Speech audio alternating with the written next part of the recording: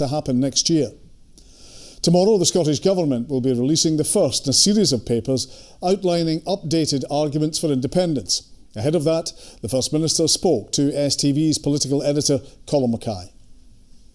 First Minister, you're launching a series of independence papers tomorrow. Is this the start of the independence referendum campaign? Yes, this is the start of the campaign afresh to make the case for independence in an interdependent world. There have been many changes since the referendum in 2014. In ways, the world is a different place. The UK is certainly a very different place. In fact, I think if we could turn the clock back and people in 2014 could have foreseen the path that the UK would have taken out of the European Union, Boris Johnson as Prime Minister, then Scotland undoubtedly would have voted yes back then. Tomorrow's paper will be very much a scene setter, comparing the UK and Scotland's economic social performance with that of a range of comparator countries across Europe. And it will very clearly, through evidence, make the case that Scotland as an independent country can do much better than we do as part of the UK. You say if people knew now what they knew then, they might have voted differently in 2014. But if you look at the Ipsos poll just a couple of weeks ago, it's 50-50, down from 55-45 in favour of yes. And this is in the midst of the whole kind of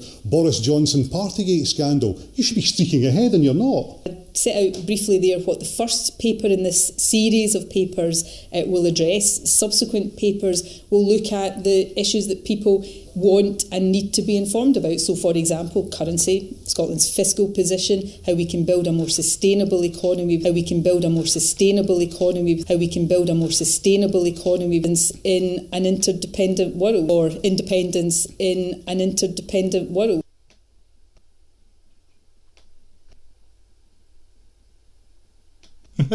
The software I like because I heard the words interdependent. This is becoming a overly used talking point, or an overly used word I should say, from Thin Lips when she's not bragging about being an internationalist and calling the independence movement that they've co-opted and hijacked an internationalist project, quote unquote.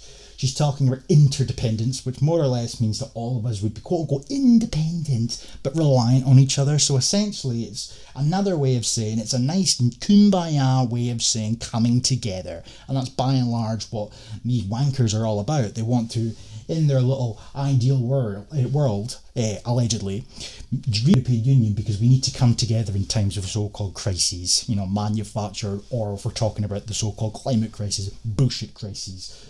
Then, of course, it didn't take her very long to mention sustainable.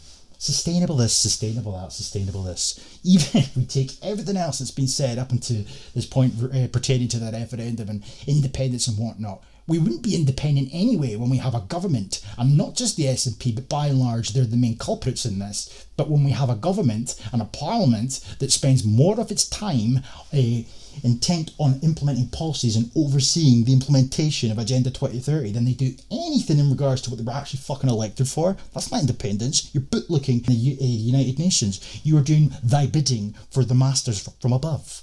You know, playing our part. We've all got a responsibility, and just constantly hearing the phrases over and over and over again. International law. We all have to do more, etc. You know, when we're talking about the Rwandan shite, and that's exactly what it was. You know, and she's doing the same thing here.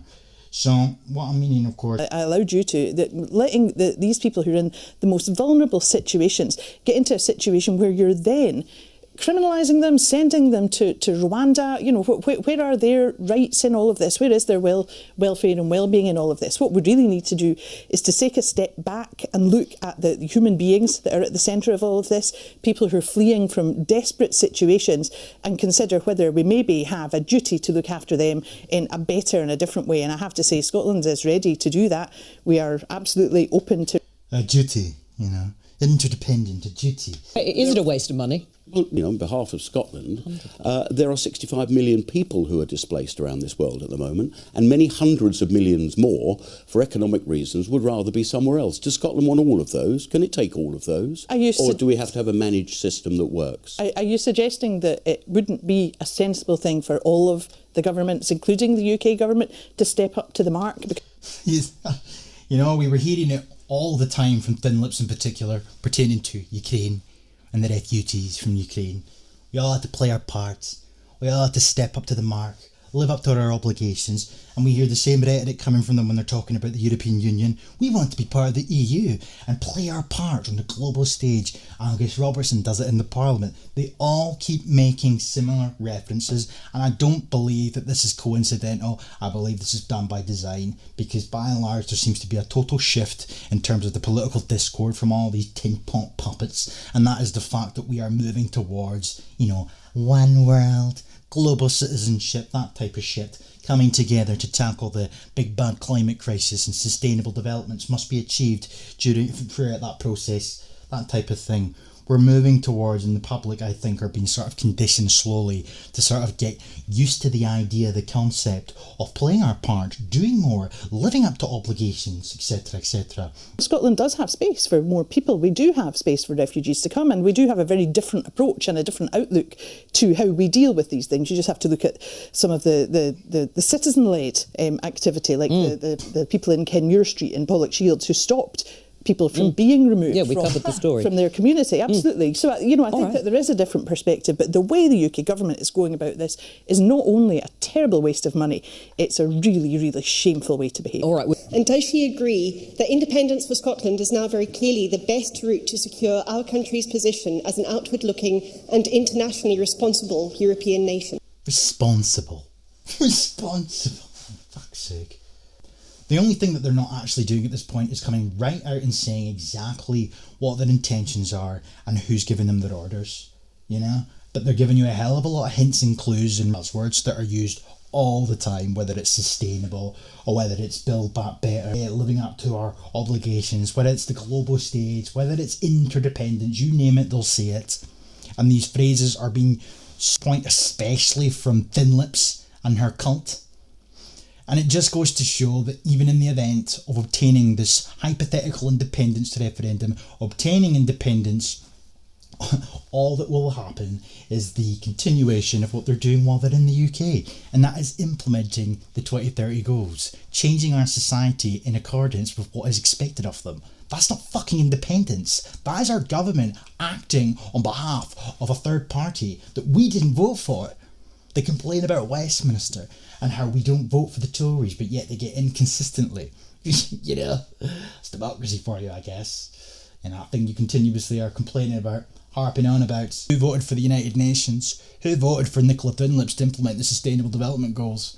Who voted for any of that nonsense? Nah. November. Sure. Look, outside of campaigns, opinion polls will come and go and fluctuate, but I think what almost every opinion poll, if not every opinion poll since 2014 has shown, is that support for independence now is higher than it was then. But this clip here in particular, out of the three that I posted earlier on in a separate video, kind of goes a long way in showing the manipulation for what it is, for what it was. Hindsight really is a beautiful thing. Referendum on European Union membership. How will that change the dynamic of politics in Scotland? Obviously, it depends on the outcome of it.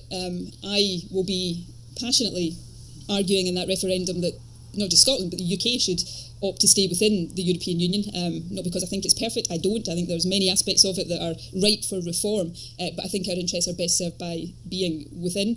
If we end up in the scenario, which might not happen, but it is certainly not beyond the bounds of possibility, that the UK as a whole voted to come out of the European Union, but Scotland voted to stay in.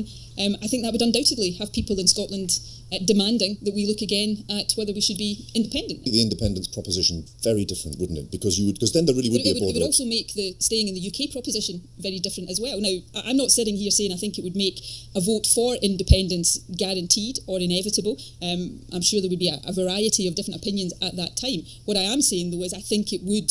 Now, maybe I'm wrong, but I think it would have many people saying that is an option we should at least look at again. Incidentally, I've put forward a proposal that would take away the possibility of this scenario arising, this idea that many federal states, and I know we're not a federal country in the UK, but nevertheless an idea that many federal states embrace of double majority, so that for a UK exit, for a Brexit, there would have to be not just a vote across the entirety of the UK, but a vote for that in each of the component nations of the UK. Because we were told repeatedly during the referendum that the UK is a family of equal nations. Now, if that's true, then here's a chance to prove it. In the clip that I played prior in the STV interview, She makes reference to the fact that all the polls have consistently showed a sort of increase in independent support post-2014 referendum. You don't need polls to show you that. You don't need polls to show you an indication as to whether or not support's increasing. You just need to look at the fact that every single election that's come after the 2014 referendum, which kind of calls into question the result, does it not? But that's here nor there. Every election that's come and gone since then has showcased the SNP gaining massive grounds, especially in the 2015 and 2016 elections, which seen them obtaining what was quoted at the time from the BBC in 2015 as a landslide election victory.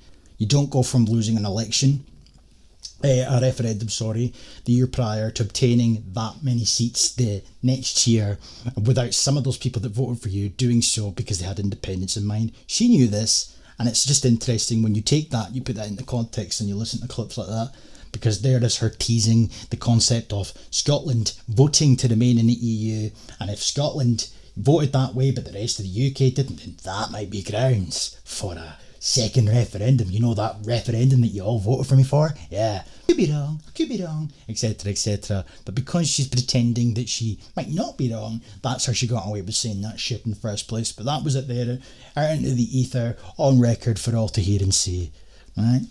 But then second of all, for anybody that thought that that was some way of the tactical voting coming into effect early on, no, she eradicated that belief by then coming out and saying that, well, she's ruled out that possibility potentially if the UK agrees to adopt what she's proposing.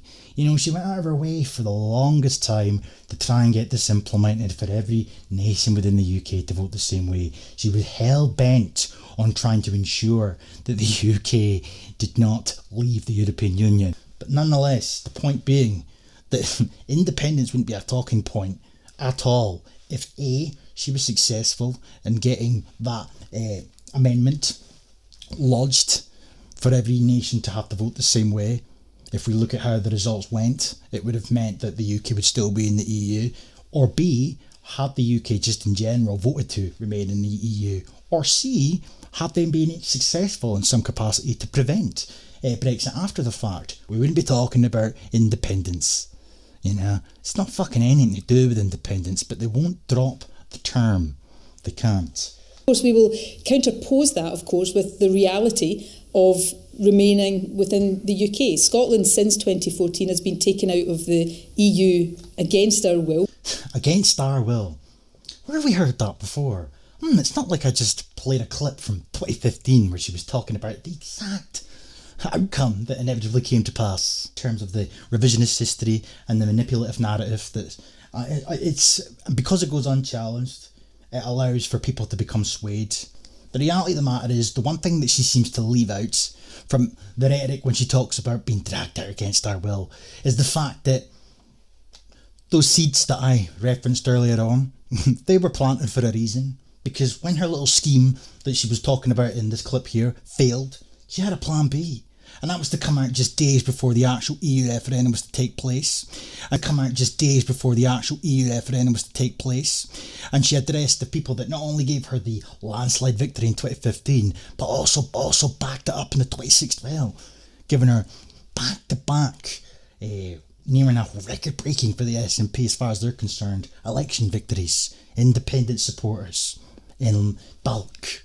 How can you support independence and back Scotland's membership of the EU? Well, the answer to that is simple. I believe that independent countries must cooperate to tackle common challenges. Every member of the EU is an independent country. They're not, though. They're fucking not. I don't know how she gets away with that as well. I know it's semantics and whatnot, but by and large, a lot of her followers will repeat the nonsense that she says. Working with others for the greater good.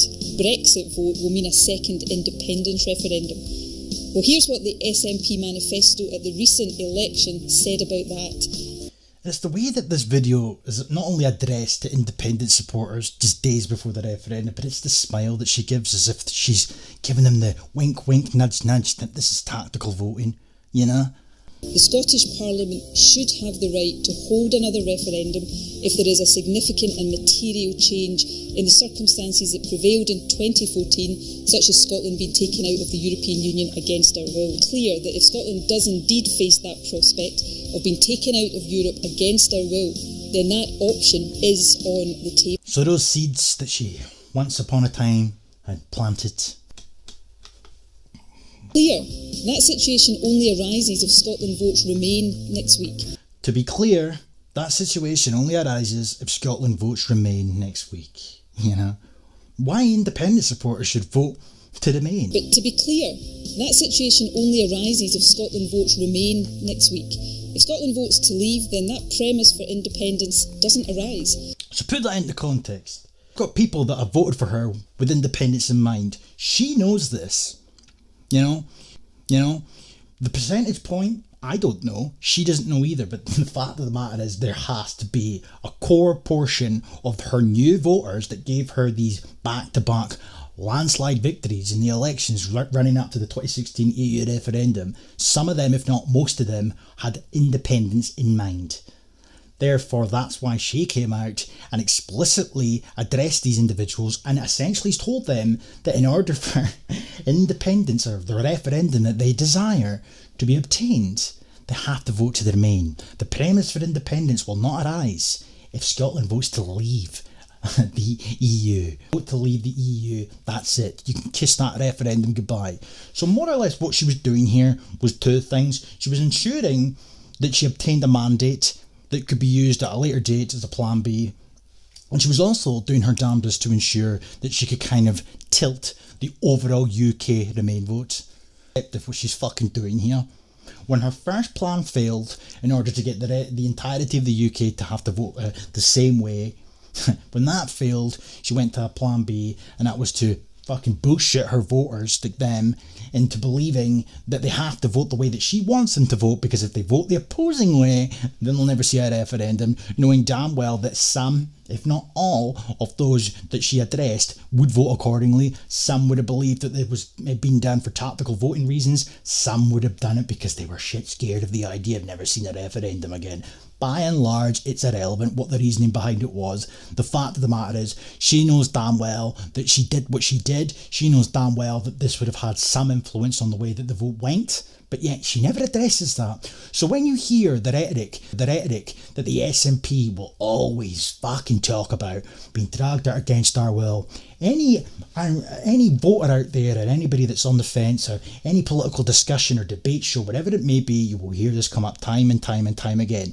And you will see some people try to argue against what they're saying. And by and large, as I've said, if what they were saying was sincere and truthful, they would have a point in terms of you could sympathise with them, you could see that they had a bit of a point, but it's based on lies. They're talking nonsense. She knows damn well that she influenced that vote. She played at least some role in the way that the vote went, but yet it's never addressed because they want you to believe that everybody in Scotland, or the vast majority, are all pro-EU and they're being dragged out against our will, when the reality of the matter is, when you place it into context, fucking vote was skewed by her telling her independent supporters that if they didn't vote the way that she wanted them to vote, then they wouldn't see the referendum that they voted her in for in the fucking first place. To leave, then that premise for independence doesn't arise. If you're basing your decision on what it means for independence, let me be very, very clear.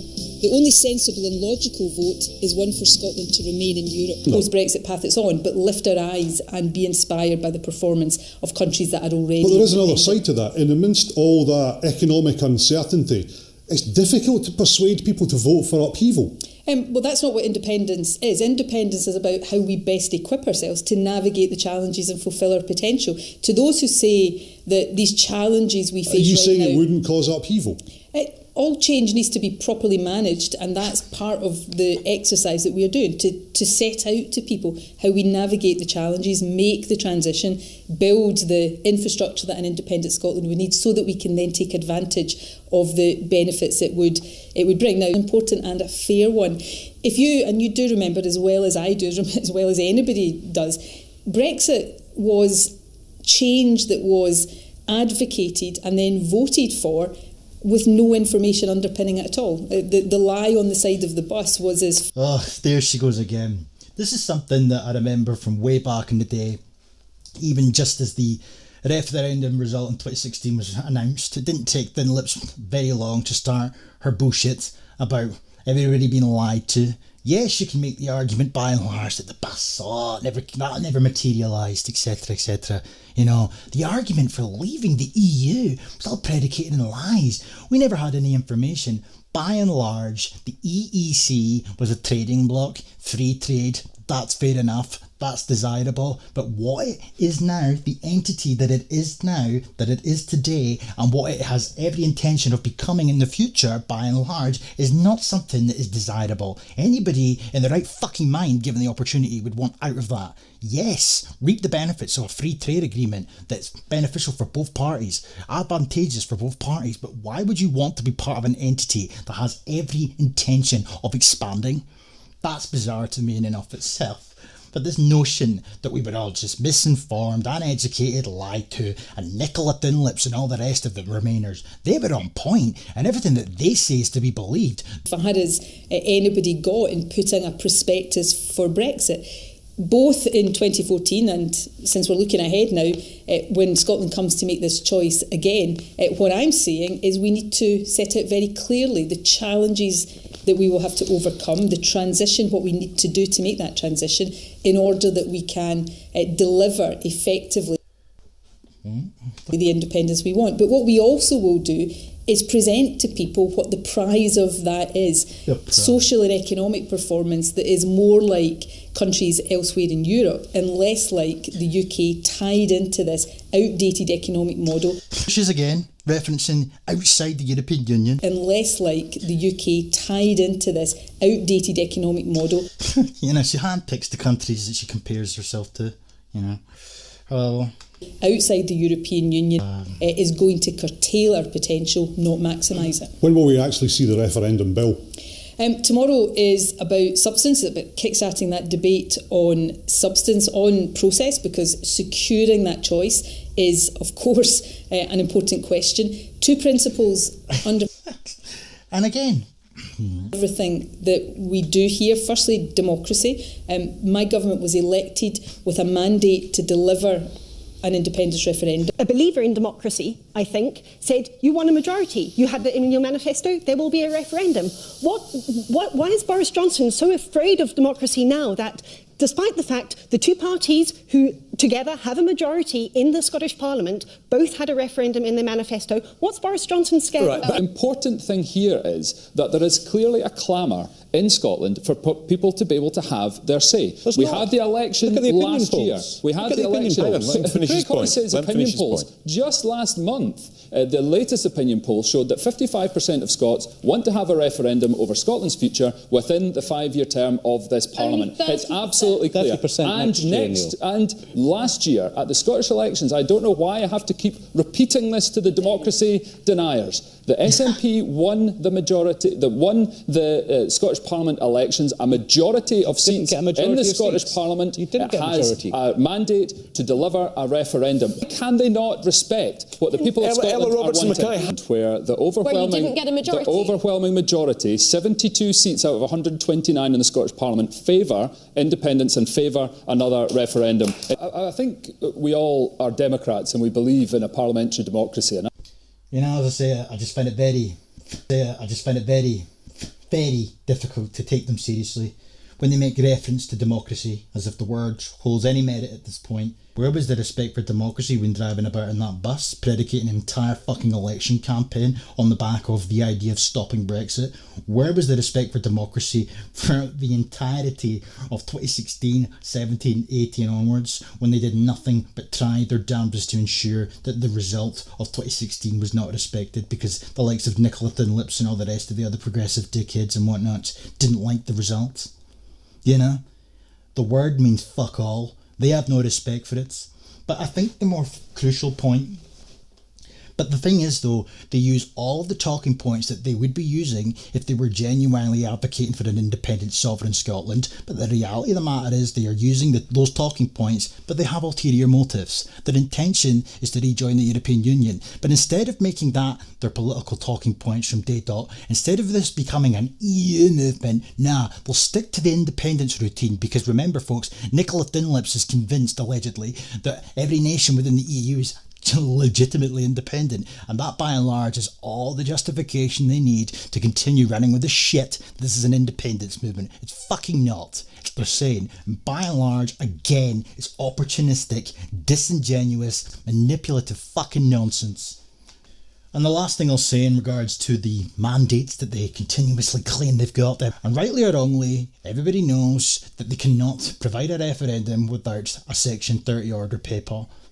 And the fact of the matter is, every single election, when it comes to the campaigning, they start the independence talk, and then they get told up front that they're not going to get the referendum that they're planning to spend the entirety of their campaign talking about. But then they try to convince the public that, don't worry, if enough of us vote for the SNP, we can show Westminster, we can send a message, and we can show them that we will not take democracy denial lying down. If enough of us vote for the SNP, they'll have no choice but to provide us with the Section 30 order paper. They know damn well it's a load of shit, and lo and behold, the same thing seems to end up materialising every single election. They get in, so they manage to maintain the power that they're after. That's what it's all about by and large. They inevitably have to come clean and say that they can't provide the referendum that they promised, but it's fine. They get to blame Westminster. It's Westminster's fault. They're democracy deniers, you know? They're not respecting our democracy. But at the end of the day, just take a step back and look at it for what it is. They are running every single election on the same fucking talking points, knowing damn well in advance that the things they're making promises on can't be fulfilled. The UK government that had any respect for democracy, we would undertake the same processes in 2014. It's just remarkable to me. Respect for democracy. And respecting democracy. Where the fuck was your respect for democracy when you were driving about in your bus? There was none. In the absence of that, the competence of the Scottish Parliament to legislate is contested. I concede that. Therefore, we need to navigate a way that can deliver a lawful process. And I'm just asking one single question. Your viewers will get that reference. What I would say is this: it is for other people to judge. But I've been First Minister for just short of 8 years now, and I have fought and won over those 8 years 8 elections. To especially independence, etc., all the referendum, all up until this point. The first two, especially 2015 and 2016, what did she do exactly to? I fought. What did she do exactly? You could even make the case that this is effectively mockery, because people are under the impression that she's intent on holding a referendum at the first possible opportunity, that they're nationalists, they care about Scotland, etc., when by and large, all they have done for the longest time is use the desire for independence to ensure that it wins them elections. And then for them to sit and brag about it after the fact that, well, you might criticise us, you might point out X, Y and Z, but the public trust us. Nah, it's because they want the referendum. It's got fuck all to do with your ability to run the country, which, by the way, you ain't very good at. So the most important thing is that people across the country continue to put their trust in me to be First Minister. No, it's your referendum that you keep talking about when it suits you. The biggest one would be the referendum, wouldn't it? Look, that's your biggest challenge. Every election I fight is important because it is. That I fight. Every election that she fights. I mean, I'm not going to sit here and go over old ground and rehash old talking points, but at the end of the day, every election is the same fucking thing, the same pattern. Hence why I managed to clock on years ago. You know, it had that bad that a few years ago, the video's still on my channel, where I predicted exactly what they were going to do. You know? And lo and behold, I was proven to be right. Video's still on my channel where I predicted exactly what they were going to do after the election came and went. You know? And lo and behold, I was proven to be right. I was proven to be correct. Didn't take any pleasure in the vindication. But the point being that I, as a guy in my early 20s, was able to predict exactly what the SNP would do. And they went and fucking did it. And how did I end up coming at that conclusion? Well, as I say, history repeats itself when you just observe patterns. And they happen to do the same thing every election cycle. Dangle their independence carrot, and have to pacify their core voter base. Lo and behold, they get in, obtain or maintain power, and then they can do whatever they want with that referendum. You know, whether or not they get it. If they can't get it, blame Westminster. You know, you might be pissed off that we can't enact those promises. Don't look at us, we're not the democracy deniers. But if they get it, hey, it's a win-win. But by and large, they then come out after the fact and talk about shit, or she's fight. I'm saying I don't. So I wonder to myself, I mean, does she believe it? Which, does she believe what she's saying, or does she know damn well she's shit? She's got to think that's shit. She can't be under the impression she fights elections, driving about in her stop Brexit bus or a ease the squeeze bus. Fuck off. Than you did last time to convince people. Well, we've got conversations to be had, we've got convincing to be done, there's a debate to be had, that's for certain, and I think the prospectus series is about trying to make sure that we do persuade people. But I think that to answer Kevin's initial question about the fact that people's minds have changed over the last 9 years, we've got to consider the fact that the UK that people voted for in 2014 no longer exists. We have had Brexit that has ripped Scotland out of the European Union when we're promised the only way of staying in the European Union was to vote no. And I'm just going to leave on this note. Deliver a speech to the European Policy Centre. In that speech, I'll be setting out very clearly and very strongly the massive contribution that Scotland makes to the European Union, and also the benefits, particularly in terms of jobs through the single market, that we get as a country from being part of the European Union. If Scotland votes to be independent in the referendum at the end of 2014, it is the strong position of the Scottish Government that we should continue to be a member of the EU, because even back then, trying to make the two synonymous. Contribution we make and the benefits that we get. Do you concede at all that there is some division in legal opinion and that some people do argue that you would have to reapply? Well, I'm a lawyer by background. I know that if you have two lawyers, you'll end up with at least two different legal opinions. But I believe that although the law is important, and I would challenge anybody to find the treaty provision that would provide for Scotland or any part of the European Union territories being put outside of the European Union because they exercise their democratic right to self-determination. That would not only, in my view, be against the spirit of the treaties, it would also be against the founding principles of the European Union. So law is important, but as you see in many other things with the European Union, it's not law or process that settles these matters. It's negotiation based on pragmatism, based on mutual self-interest. And on that basis, I absolutely believe that Scotland will continue to be a member of the European Union because it's right for Scotland, but it's also right for the rest of the European Union. Yeah, look how that worked out. And what about the rest of the UK? What about the possibility of an in-out referendum in the UK? Could that not completely muddy the waters if your negotiations actually don't keep to the timetable that you set out? Well, I believe our timetable is realistic, and as I've already said, others have expressed that view as well. I hope and I expect that by the time the UK has a in-out referendum, if that does happen, then Scotland by that time will have become an independent country. But I think the position of the UK government and David Cameron in particular does really underline the fact that the risk, the threat to Scotland's continuing membership of the European Union doesn't come from the prospect of Scottish independence. It comes from a growing Euroscepticism within the UK government and that possibility of an in-out referendum. I believe that would be the wrong road for Scotland to go down, but that would be the risk for Scotland if it opted to stay within the United Kingdom. So, when she was of the belief, whether or not she believed it or not, but when the SNP were allegedly of the belief that in the event of independence we would just inherit the UK's EU membership, they were confident in saying that there was more of a likelihood of our EU membership being jeopardised if we voted to stay part of the UK. Because why? There was acknowledgement back then from herself that EU scepticism was on the rise and David Cameron could be elected, and that would mean the referendum would come into effect. So if we voted against independence, and remember the point they were trying to insist that independence would have meant by extension immediate EU access, vote against that and chose to remain part of the UK, there was a high probability that that could result, or just a probability in general, that that could result in us losing our EU membership. There was more of a danger of us being booted out of the EU if we voted to stay part of the UK, as opposed to whether we voted for independence. That was commonly known at the time. Fast forward a few years, all of this seems to be completely erased from memory. We ran with fabricated fictitious narratives that are done deliberately to conflate independence with the EU, where they will try to have you believe that the reason that we voted to remain in 2014 was simply because of a promise regarding EU membership security. First and foremost, if you fucking voted for independence in 2014, but you're one of these people who now peddle that talking point, then I'd like for you to explain why you voted for independence then. Why did the SNP themselves advocate and argue for independence?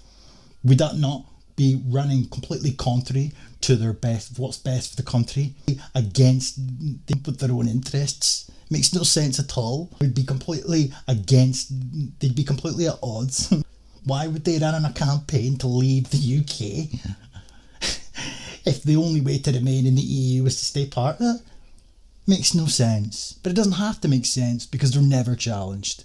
But by and large, as I said, that's the fucking issue that I've had and continue to have.